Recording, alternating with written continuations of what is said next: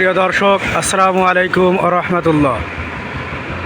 আলহামদুলিল্লাহ, আল্লাহর শুকরিয়া যে আপনারা দেখতে পাচ্ছেন অবশেষে আমরা পিরোজপুর জেলার আল্লামা সাঈদী ফাউন্ডেশন পিরোজপুরে উপস্থিত হয়েছি।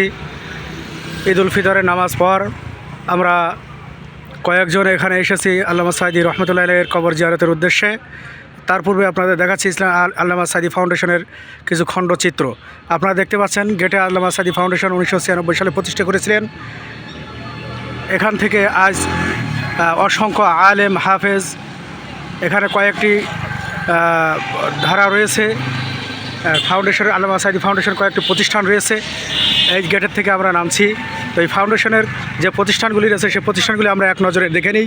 আল্লামা সাঈদী ফাউন্ডেশন পরিচালিত প্রতিষ্ঠানসমূহের মধ্যে রয়েছে বাইতুল হাম জামে মসজিদ, আপনারা একটু পরেই দেখতে পাবেন। পরে আছে Tafhimul Quran Alia Madrasa, Rafiq bin Saeed Rahmatullah Madrasa, Tafhimul Quran Hifz Madrasa, Pirojpur Islamic technical and business management college, Darun Hanan এতিমখানা, আল্লামা সাঈদী রহমতুল্লাহ স্মৃতি পাঠাগার। আমরা যেগুলো এখানে শিরোনামে দেখলাম প্রতিষ্ঠানসমূহ, আমরা পর্যায়ক্রমে সবগুলো প্রতিষ্ঠান আপনাদের দেখানোর চেষ্টা করবো ইনশাআল্লাহ। আমার সাথে রয়েছে আরও দুজন, আমাদের নাজমুল হাসান আছেন এবং আব্দুর রহিম আছেন।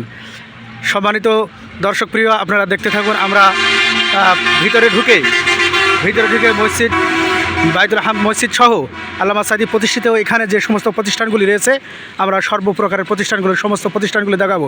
অবশেষে আল্লামা সাঈদী রহমতুল্লাহ যেখানে শুয়ে আছেন, ঘুমিয়েছেন, সেই কবর আপনাদেরকে দেখাবো ইনশাআল্লাহ।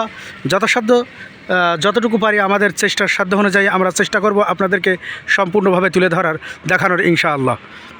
আপনারা দেখতে পাচ্ছেন আল্লামা সাঈদী ফাউন্ডেশন প্রতিষ্ঠিত একটি বাইতুল হাম জামে মসজিদ। এটি 1997 সালে প্রতিষ্ঠা হয়েছিল।